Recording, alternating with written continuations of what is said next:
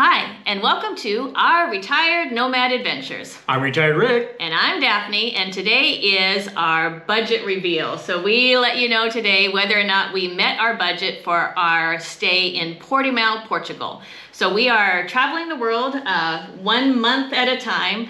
So we spent 28 days in Portimão, Portugal, and we have a budget of $5,000 a month, and we are going to take you through what we spent for that month and then let you know at the end if we made our budget. And hopefully this is a really detailed budget for you that you can follow along to see if it would be something that you're able to implement or take out or whatever. But we just hope that it's helpful for you. Yeah. Okay. So let's start with travel. So getting there. Okay. So getting there, our travel expense was $424.59. Gatwick to Faro was $295.28.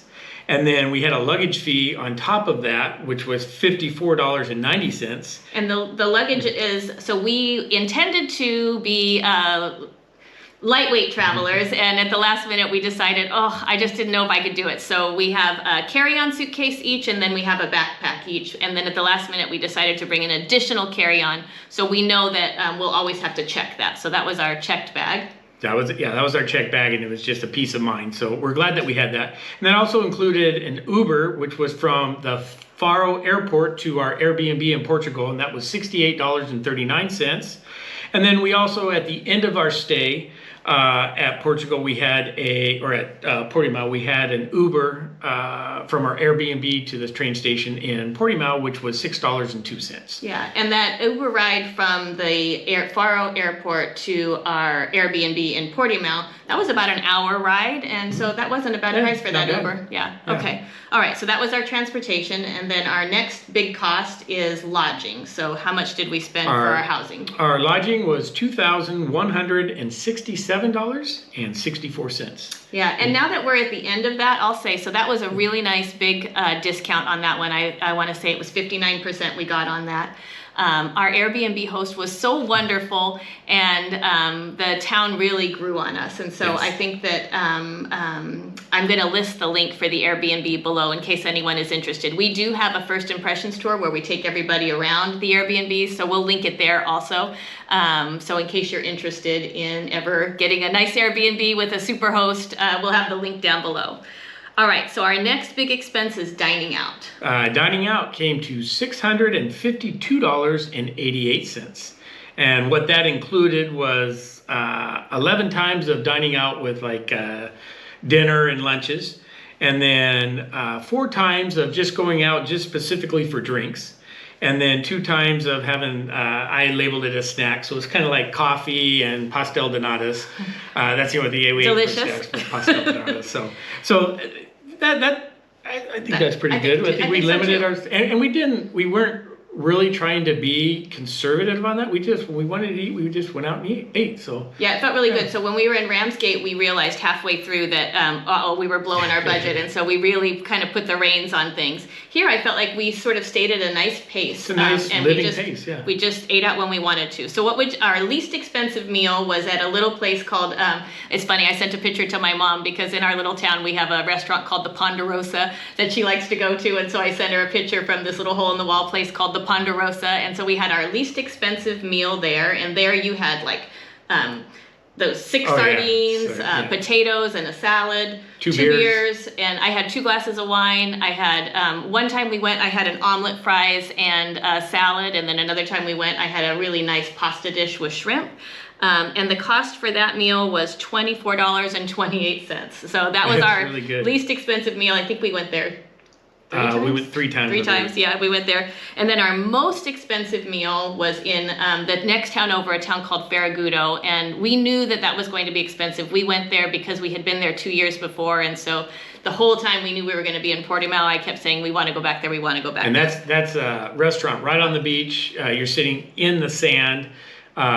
Just right on the beach, on the boardwalk. The food is amazing. It was really good food. So I got a craft cocktail. I got a margarita. It was so exciting. You don't really get margaritas here, and so I got a margarita there. That was delicious. And so that meal, that was our most expensive, was $76.42. So our meals range somewhere in there. And what was your favorite meal? My favorite meal was probably the shrimp pasta dish we had in Portimão on the beach. Yeah, so that was my favorite meal also. So we had the same favorite meal. I thought your favorite meal would have been one of the sardine Well, meals. I do like the sardine meals, but overall favorite meal that had the most flavor, it was the pasta. Yeah, so again, that was a beachfront restaurant. We both got 2 drinks each, and we both got a pasta and shrimp and salmon. It was shrimp and Shrimp, salmon. shrimp, Pasta salmon, meal. pasta. And that meal was just under $50, so $49.75. Yeah, so that was typical really, cost for meals. Yeah, so okay. that was good. Okay, and then how about groceries? What did we do there? For groceries, we spent $480.03.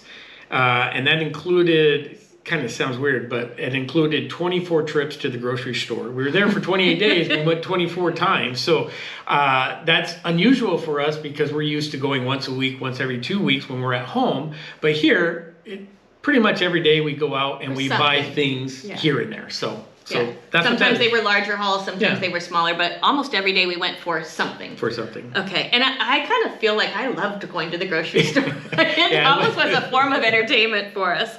Okay, well, speaking of that, how about entertainment? What were our costs for entertainment? Entertainment was actually low. It was $80.07. And what that included was a couple of days at the beach where we rented beach chairs and an umbrella. And at this one location, we spent $40.77 where we had 2 beach chairs, an umbrella, 2 beers, a wine, and a donut.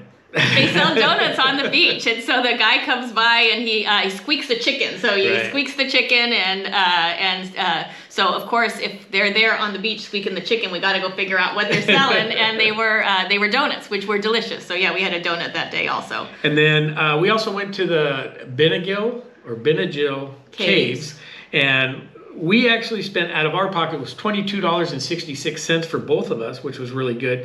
But we also had a $20 Viator credit that we used towards that. So normally it would be $42.66, but for 2 of us was $22.66. When we were vacationing at sort of the beginning, we did a lot of tours, and each time you book on Viator, they give you like a reward amount, and so our reward amount had added up to $20. So it was nice. So that was great. Okay, so we did the caves, we did a pool day, and we did 2 beach days.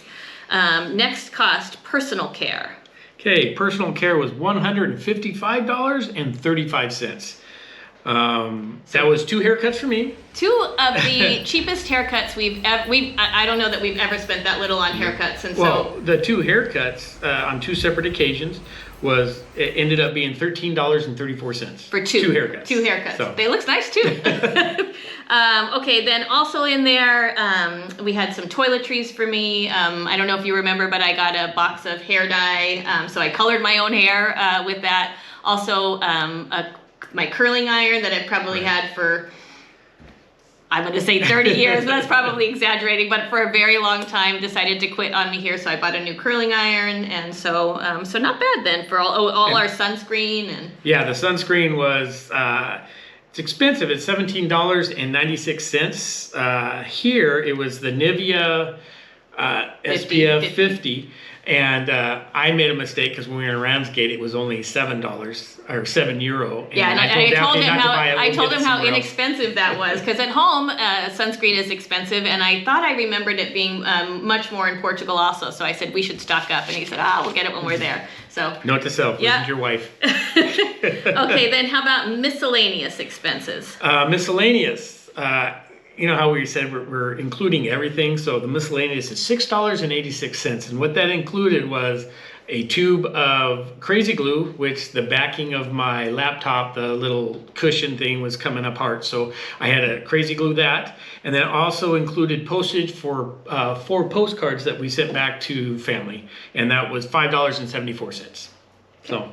How about our cell phone? Our cell phone is the same. It was $100. And We stick with T-Mobile, so we've just continued with our same plan that we had at home, and that may or may not continue to work for us, but it is definitely working for us now. We haven't purchased, we expected that we were going to purchase some SIM cards, or some eSIM cards, but we haven't purchased any of that. We've just made sure that we log on to Wi-Fi wherever we go. It's funny, all those years of seeing the Wi-Fi signs in the States, and we never paid any attention to it because we always had, our own cellular plan in our own, anyway. So now we just eat at places that have Wi-Fi, and we just stay connected to Wi-Fi, and it hasn't been a problem. It hasn't been a problem. And then how about recurring cost? Recurring, not reoccurring. That's what we like about a YouTube channel is we have good criticism, and we were using the word recurring wrong. We were using it reoccurring, and we even had to Google it. Somebody told us it's not reoccurring, it's recurring, and so I said, "Is that right?" So we Googled it, and that's totally right. So we're learning. That's what we love about it. We're learning. So our recurring costs are $490.13. And what that includes is life insurance, a couple of life insurance policies we've had for years. They're term life, and they're coming due in, I don't know, when we turn 65. Yeah. So there's that. There's a few subscriptions we have, which total $31.32. And that's for our VPN, for additional storage on my iPhone, and then an antivirus software program. And also it includes the fees for our Amex card. No, that 3132 doesn't include that. Oh, okay. And we also have fees for our Amex card. That you average out over the year. Yeah, we average out over the year. We pay it once, and then I just average it out so over the month. $116 a month is what that comes out to. Okay. And then our vehicle expense, which includes our registration from California, and then also our insurance. And then we'll have to revisit that. We're paying a little too much on insurance right now, but once we get back to the States, we'll go ahead and relook at that and change that up a little bit. Okay, so our recurring cost, the total for that again was what? $490.13. Okay, and then so that's included in this budget of $5,000 too. And then also what's not included in this budget is our health insurance. And the reason why that's not included, we figure that there's so many options and so many variables for each individual or a couple that and what your needs may be. Everybody's different. And then when I retired, my company was able to put money aside, and hopefully we have insurance for about 10 years, but that's money that's not coming out of our pocket. It's coming out of another account that's just dedicated to health insurance. And we did a whole video on how we came to pick the health insurance that we picked, because we needed something that was going to be global, but then also work for us when we were back in the United States. And so we have a whole video on that, but the bottom line is that we use Cigna Global Healthcare with a couple of add-ons. But that's the only thing that's not included in this budget. Okay, so our budget is $5,000 a month, and what was our total? Our total was $4,507.55. That's great. And what's wonderful about that is we knew we were under budget, obviously, when we came on to share this with you, but we thought we were under budget by $305.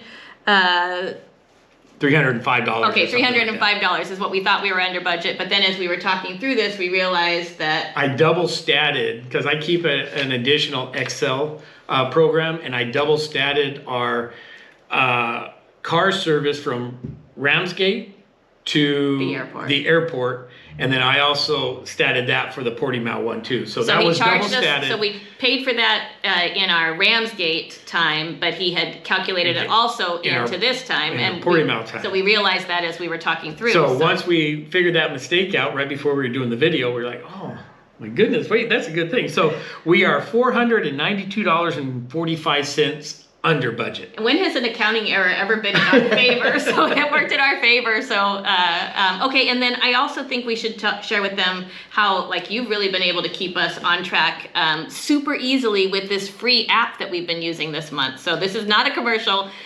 Really, it has just helped us so much. It's free. So with this app, it's called Travel Spend. And what it does is each day you just go through and then you just input your amounts that you spend. The first day you go in there, you say where you're at, you put your budget and how many days you're there, and then it does everything for you. If you notice up on the top, you have your budget that you're going to spend. You have what you've spent on your budget, and then also you have what's remaining in your budget. So when we first get somewhere, you put in the cost of the Airbnb, and then you put in our recurring costs, so that that's input right away, and then you start with the daily. And then over on this side, you can see that we have what we have each day, because it recalculates it each day, and what we can spend, what we spent, and what we have left to spend. So it's just a great budget tracker that is free. And the only thing there's a few other things that you can't do. There's categories that they specifically select, but under the details, you can put what it is. And then also you can't export it to an Excel program, but I already have an Excel program that I've created that I keep track of. So what this does is it double checks. So that's how we were able to see where my mistake was. And it's just great. I encourage anybody to get it if you're slow traveling and doing a month at a time. You can keep your expenses for 1 month or longer if you need to. And I would say we're always interested in what the weather is each day, and then how much we are allotted to spend each day. So I'll wake up and say, how much do we get to spend today? And Rick will say, well, today we can have, and the cautionary tale though is to not get into the place where you feel like you should spend up to that. You just know that you can spend up to that in order to keep yourself on track. So let's say the difference between our budget in Portimão and our budget in Ramsgate was obviously we were a lot cheaper in Portimão, but also in Portimão we did not watch what we were spending. Every day we just spent. We just did what we needed to do, what we thought we wanted to do, and we just did. There was no top ramen eating. Yeah, we didn't have to eat cheese sandwiches and top ramen in order to make our budget. So that was great. Yes. Okay, so we hope that this was helpful so that you can see, depending on what your budget is, you can, ramp up or ramp down any of the things or the costs that we did. And these were always my favorite videos to watch, and still are my favorite videos to watch when we were planning and thinking about starting this retired nomad adventure. We thank you for coming along with us. You may notice we're in a different location. So today is our first day we arrived yesterday. Today is our first day in our new location. I thought we were booking originally in Tavera, but we're actually in, how do you say it? Conceição. Yes. Conceição. Just across the river from Tavera. And so we hope that you'll join us next week when we take you on our tour of our Airbnb. And we also share with you our first impressions of this new location that we're in. So again, thank you for joining us on our Retired Nomad Adventures. And until next week, bye.